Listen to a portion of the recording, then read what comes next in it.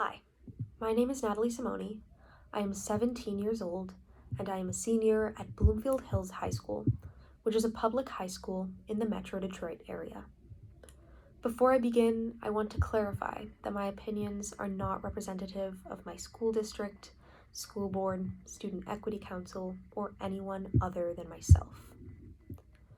I've been in this district since preschool, and a large issue in my district, despite many well-meaning adults, has always been student voice. This is not in any way a unique problem, but many of the programs created to promote student voice in the district were almost used as a scapegoat to prevent real change from happening. Students were often told that one day they would be making a change. While this seems like a nice sentiment, it was used to warn students to keep quiet and focus on their studies rather than encourage them to continue their activism. These programs that were initially intended to center student voice ended up being geared towards creating a positive image of the district, which is also important, but not the intended goal in any way, shape, or form.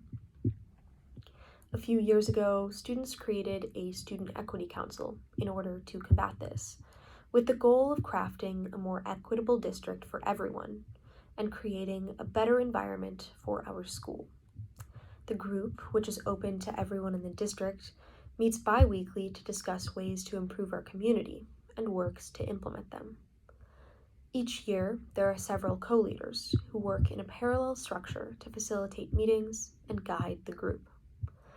None of the work that we have done would be possible without our adult allies, who work with us to develop our projects and ideas.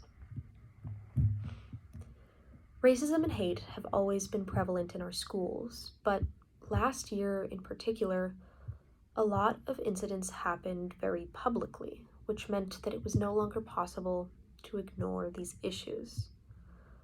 Of course, adults in the district want the best for our students, but these incidents showed the Student Equity Council that we needed to streamline the development of our current project, which was a hate incidents reporting procedure outlining the specific path every report of hate or discrimination would take, in order to ensure that no reports would be covered up, and in hopes that students in marginalized communities would not be fearful of potential consequences for reporting any incidents. This policy was reviewed by district administration and district lawyers and was subsequently confirmed and developed into school policy. In addition to this work, we have often facilitated equity presentations for various different groups, with our most recent one being a presentation to parents and caregivers in the district about implicit bias and microaggressions. This is not a perfect solution to making an equitable and inclusive district for our students, but it is a step in the right direction.